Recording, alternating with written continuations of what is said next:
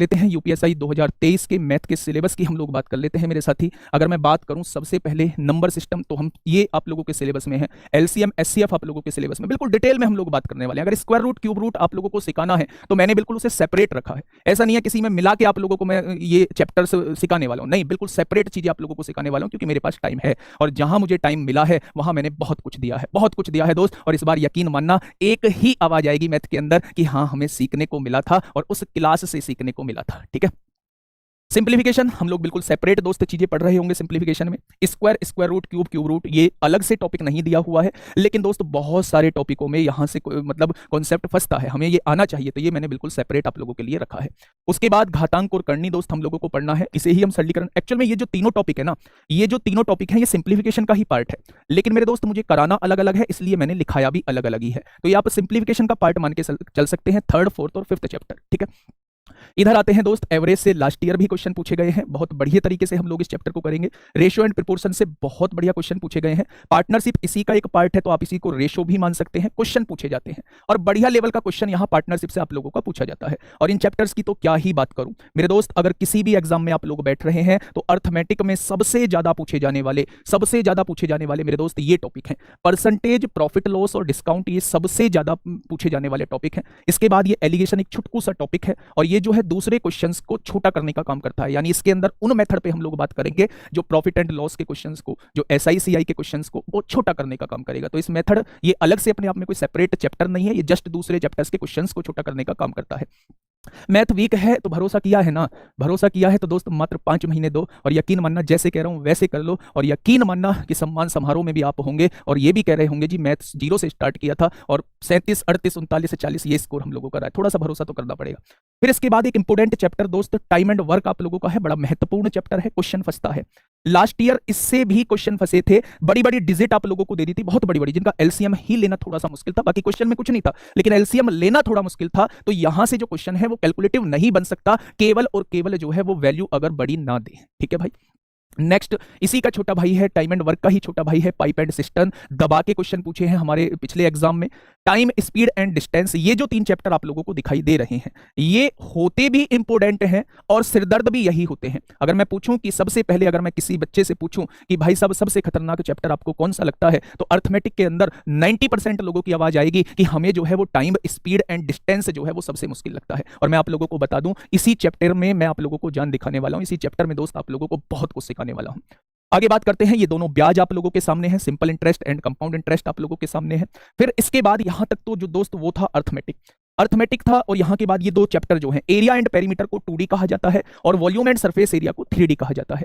तो मेरे दोस्त ये जो 2 चैप्टर्स हैं ये आप लोगों के एडवांस के चैप्टर हैं। यहां से लास्ट ईयर कुछ इस टाइप का क्वेश्चन पूछा गया है कि एक गोले की त्रिज्या आप लोगों को दे दी है और त्रिज्या भी वो टेढ़ी मेढ़ी दे दी, आप लोगों को पॉइंट में दे दी है, और आप लोगों से जस्ट आयतन पूछा है।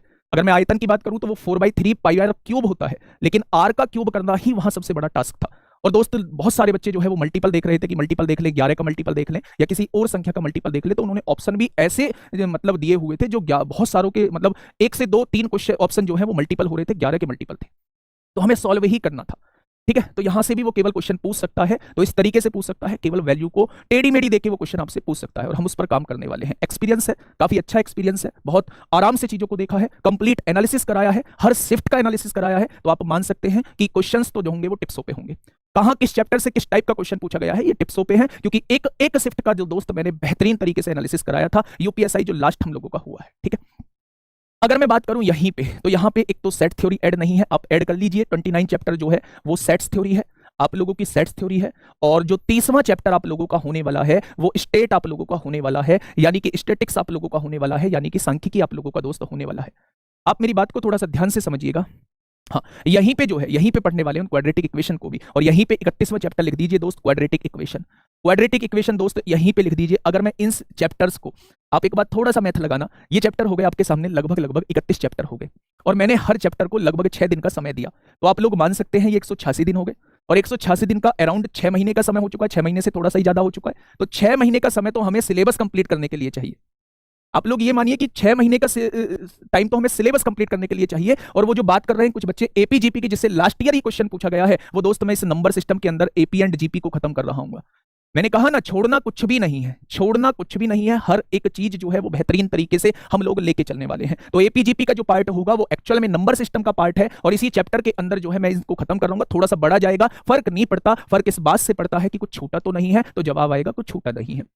अगर मैं दोस्त आगे बात करूं तो ये सारे चैप्टर्स जो हैं ये डीआई है। ये देखेंगे परमुटेशन कॉम्बिनेशन हो गया, प्रोबेबिलिटी हो गया, और ये जो सारे लिखे हुए हैं ये मैंने सारे अलग अलग है, क्योंकि हर बार जो है वो डीआई से क्वेश्चन पूछा जाता है। लास्ट में भी क्वेश्चन पूछा गया है, 2020 2021 में भी क्वेश्चन पूछा गया है, उससे पहले 2016 में एग्जाम हुआ था दोस्त, यहां से तब भी क्वेश्चन पूछा गया है। तो ये तो था दोस्त आप लोगों का सिलेबस। अब आप लोगों की तरफ से एक प्रॉमिस चाहिए कि जैसा आप कहोगे वैसा हम करेंगे, लास्ट तक जुड़े रहेंगे, कभी भी अपने मन में जो है वो गलत क्वेश्चन नहीं लाएंगे। गलत क्वेश्चन मींस इस तरीके का कि एग्जाम में बहुत टाइम है, अभी मेहनत नहीं करते हैं, बाद में मेहनत कर लेंगे, नहीं, कंटिन्यूटी को बना के रखेंगे दोस्त, मेहनत उसी वे में करेंगे। आज से ही हम ये ठान लेंगे कि मात्र 6 महीने का समय हम लोगों के पास है और एक बेहतरीन लेवल की तैयारी हम लोगों को करनी है। अगर आप लोगों को किसी की कट ऑफ नहीं देखना है तो आज से ही जुटना होगा, नहीं तो फिर लास्ट में आके यार इस वाले चैनल ने इतनी कट ऑफ बना दी, इस वाले चैनल ने इतनी कट ऑफ बना दी, नहीं, उससे हमें बचना है मेरे दोस्त। हमें एक ऐसा पेपर देके आना है, हमें एक ऐसी तैयारी करनी है दोस्त कि हमें किसी के कट ऑफ देखने की जरूरत ना पड़े।